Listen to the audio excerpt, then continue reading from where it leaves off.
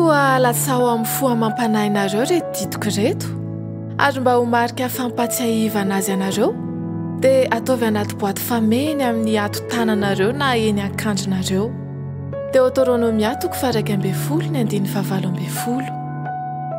Inona avy ireo fomba mahomby azahoana mitadidy ary mampiatra ny tenin'ny soratra masina? Samy manao ezaka tokoa ny tsirairay mba hamaky na hiaino soratra masina mialohan'ny voanany trano. Noho ny zavatra maro saina sy hatrehana nefa, raha mbola eny an-dalana isika dia fa tsy manana soratra masina enti miatrika ny tontolo andro.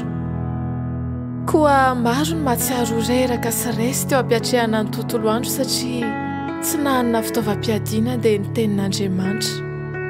Ahoana ary no atao?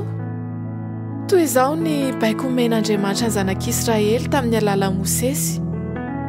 Koa latsao amin'ny foa mampananareo reto ditiko reto ary mba ho marika fampatsiahivana azy anareo dia ataovy anaty boaty fameny amin'ny tananareo na eny ankandronareo.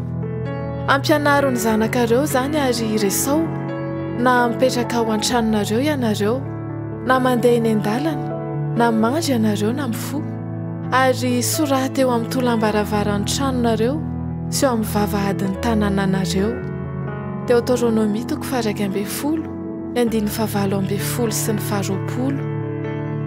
Raha tiantsika ho tafalatsaka lalina ao anatintsika ny tenin'Andriamanitra ka hiaraka amintsika sy hitarika antsika amin'izay rehetra alehantsika, fanilony diako ny teninao sy fanazavana ny lalak'izorako. Salamo 9:1 dia anisan'ny manampy antsika ny vasety. Vakina ny soratra masina, averimberina sy tadidiana izay andinina naitra, soratana amin'ny taratasy kely matevina mora entina. Entina miaraka amin'ny tena ilay taratasy kely. Topazo maso matetika ny teny voarakitra ao amin'ilay taratasy kely. Hiainana sady resahina amin'ny hafa ihany koa. Andriamanitra, ny teninao no sainsainiko andro manalina. Amen.